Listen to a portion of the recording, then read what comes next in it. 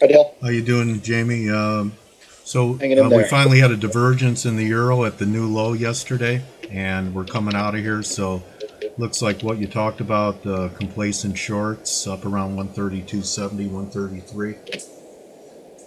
Has your mind changed? If you get that opportunity, no, my opinion hasn't changed at Okay. all. And in fact, I think 132 and a quarter to me is still crucial. We've been stalling ever since we broke below that level, which was the 61.8% retracement of the move up from about 127 and a half to 140. We haven't gotten close to getting back above it. So between 132.15, 132 and a quarter, that's key level for me. If we get above there, then yeah, I think we probably can see the 132.95, 133 area, and I think you'd probably be a seller there with a stop 133.40, something like that, for a move back down towards these present levels. The thing that really got us going in the last 10 or 15 minutes or so is Reuters had an article saying that their sources say that there'll be no movement from the ECB at the meeting next week, with the proviso that unless if the inflation figures out Friday show significant deterioration, maybe they do something. I mean, my guess is that next week would be if maybe they trim the refi rate 10 basis points or something like that, but that's big deal at this point. They're sitting at 15 basis points now. Whether they're at zero, whether they're at 15 basis points doesn't make a dime's worth of difference.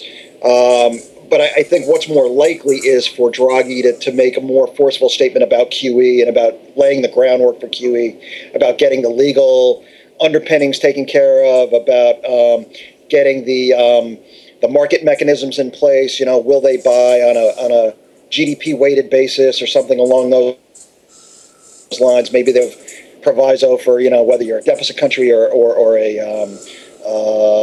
a surplus country, that they would buy more bonds in surplus countries than deficit countries.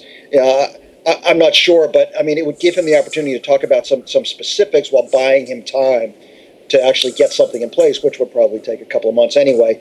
Get him out towards the end of this year, the beginning of next year. And let these LTRO programs kick in, which come in about a month. Okay, we have some inflation numbers coming out of Europe. Is it tomorrow?